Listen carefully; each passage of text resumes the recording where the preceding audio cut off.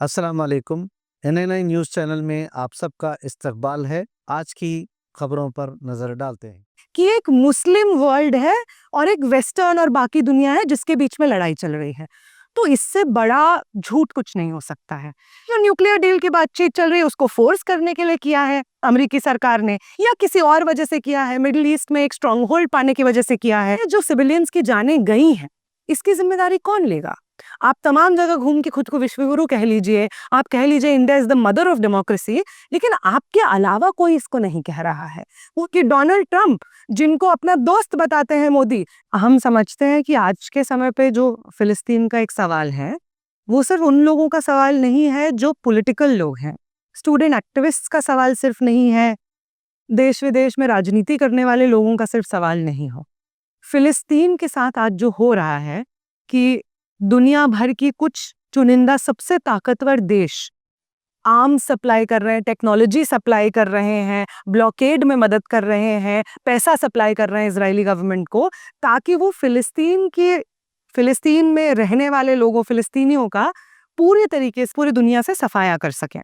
तो ये सवाल हम आम लोगों के लिए भी है, कि उन सिर्फ उन लोगों के लिए नहीं जो पॉलिटिक्स करते हैं, बट आम लोगों के लिए, कि जिस दुनिया में हम रहते हैं, क्या उस दुनिया में वो चाहते हैं कि उस दुनिया में ये पॉसिबल हो कि कुछ ताकतवर लोग एक पूरे देश को मिट्टी में मिला दें, वो मिट्टी में मिलाने का प्रोसेस लाइव स्ट्रीम हो रहा हो, सोशल मीडिया पे, न्यूज़ पे, हर जगह पे चल रहा हो, और हमारे देखते देखते ये मुमकिन हो जाए कि कुछ ताकतवर देश एक छोटे से देश फिलिस्तीन को मिट्टी में मिला दें, वहां की पूरी नस्लें खत्म कर दें, आने वाली नस्लें खत्म कर दें, generations of old young people, museums, culture, hospital, school सब तबाह कर दें, और हम देखते रह जाएं। क्योंकि आज वो फिलिस्तीन हो सकता है, लेकिन कल कोई भी हो सकता है, क्योंकि वो साम्राज्यवाद जो ये चीज मुमकिन बनाता है कि किसी देश की जमीन पर इंक्रोच किया जा सकता है, उसको अपनी जमीन बताई जा सकती है, इस साम्राज्यवाद से तो हम लोग भी बहुत अच्छे से वाकिफ हैं, हिंदुस्तान की जनता भी वाकिफ है।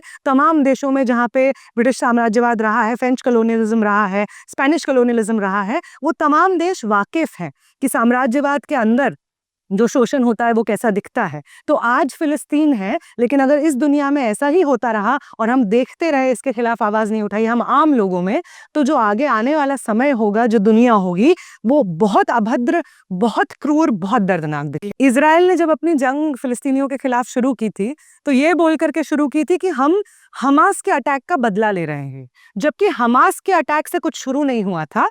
फिलिस्तीनियों के ऊपर इजराइल का दमन 7 दशक पुराना है, और धीरे धीरे, और अगर एक बार हम लोग मान भी ले कि मान लीजिए ये हमास के अटैक के बाद हुआ है, तो जैसे जैसे चीजें आगे बढ़ी, समय आगे बढ़ा, हमने देखा कि एक के बाद एक वो जो झूठ सामने रख रहा था इजराइल, वो साबित हुआ कि वो झूठ है।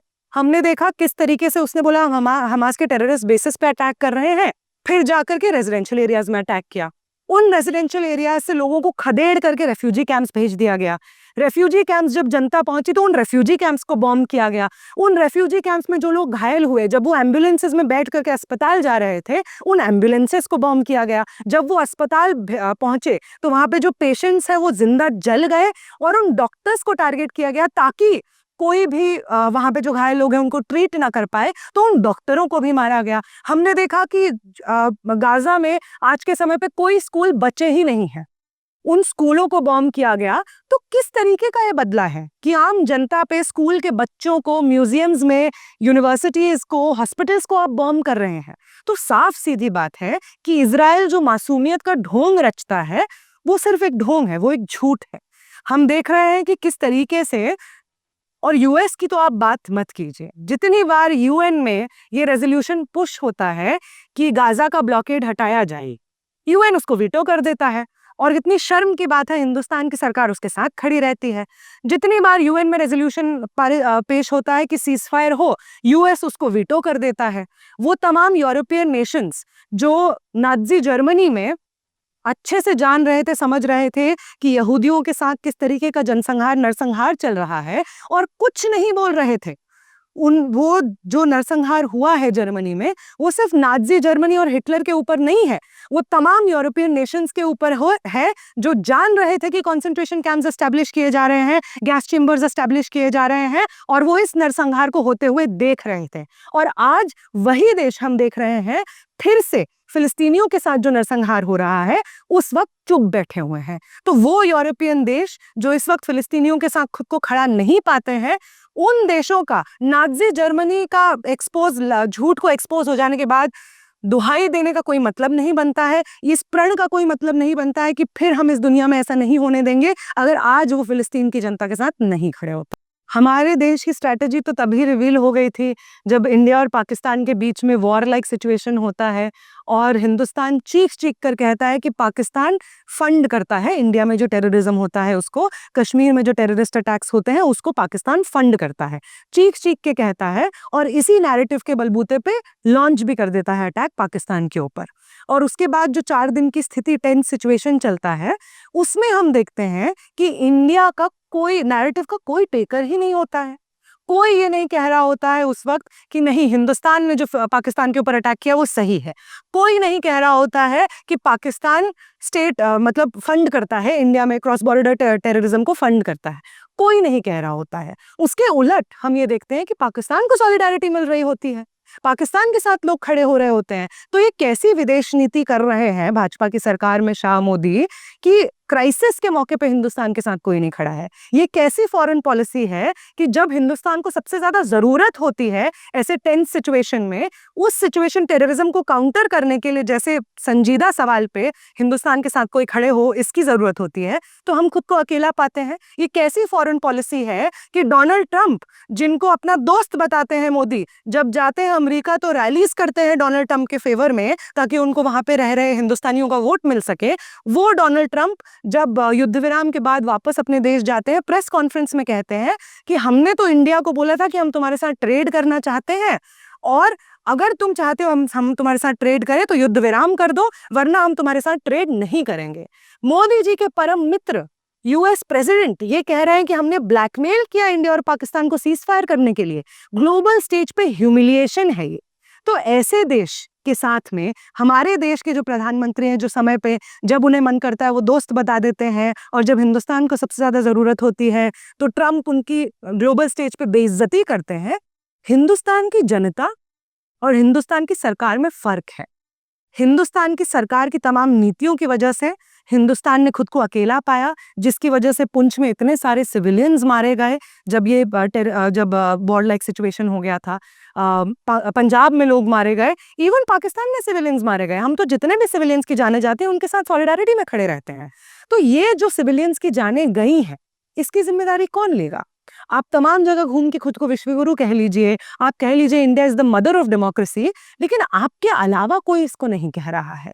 पूरे दुनिया भर में आप अकेले हैं ये कहने वाले। और अगर ये सिचुएशन है तो आपने हिंदुस्तान की जनता को एज अ गवर्नमेंट फेल किया है।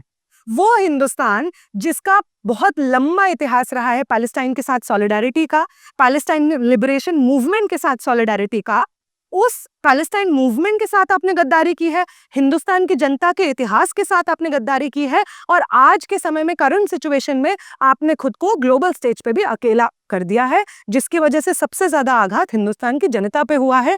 जो आम सिविलियंस मारे गए पाकिस्तान के क्रॉस बॉर्डर शेलिंग में, वो हिंदुस्तान के आम जनता ही थी जो आपकी ग्लोबल फॉरेन पॉलिसीज की वजह से मारी जा रही थी। फिलिस्तीन के समर्थन में ईरान हमेशा से रहा है, तो क्या अभी जो इजराइल का अटैक था ईरान के ऊपर, क्या वो उसकी एकमात्र यही वजह है या इसके पीछे एक बड़ी कॉन्स्पिरेसी? मतलब ये सवाल मैं थोड़ा साफ भी कर देना चाहूँ, क्योंकि ये सवाल तब भी बहुत लोग पूछते हैं, स्पेशली हिंदुस्तान की मीडिया में जिस तरीके से सवाल चलता है कि एक मुस्लिम वर्ल्ड है और एक वेस्टर्न और बाकी दुनिया है जिसके बीच में लड़ाई चल रही है। तो इससे बड़ा झूठ कुछ नहीं हो सकता है। अगर आप मिडिल ईस्ट में भी देख लीजिए तो तमाम जो देश हैं, बहुत दुर्भाग्य की बात है कि स्टार्टिंग में बहुत पोस्चरिंग के बाद आज वो इजराइल के साथ खड़े हैं, मुस्लिम नेशंस इजराइल के साथ में खड़े हैं। ईरान उनमें से एक है जिसने फिलिस्तीन का समर्थन किया है। साउथ अफ्रीका के वो तमाम देश जिन्होंने साम्राज्यवाद के तले गुलामी झेली है, शोषण झेला है, वो फिलिस्तीन के साथ खड़े हैं। तो ये एक रिलीजियस क्वेश्चन नहीं है, ये Muslim question versus the rest of world नहीं है, ये मिडिल ईस्ट के कुछ Muslim countries versus western countries और पूरी दुनिया नहीं है। ये सवाल फंडामेंटल जस्टिस और ह्यूमैनिटी का सवाल है। और जिस तरीके से इजराइल ने अटैक किया ईरान पे, ये एक बहुत ही नासमझी का क्वेश्चन था। पूरे मिडिल ईस्ट का जो पॉलिटिकल डायनामिक है, वहां के पीस को ये चीज जेपरडाइज करता है। ये जेपरडाइज करता है सालों से। आप मतलब हम ये जान रहे हैं कि अमेरिका और ईरान के बीच में बातचीत चल रही थी, न्यूक्लियर डील की बातचीत चल रही थी, और ये चीज जानते हुए, अमेरिका ने जानते हुए, और अमेरिका और इजराइल के बीच में तो जो संबंध है वो सबसे वाकिफ है।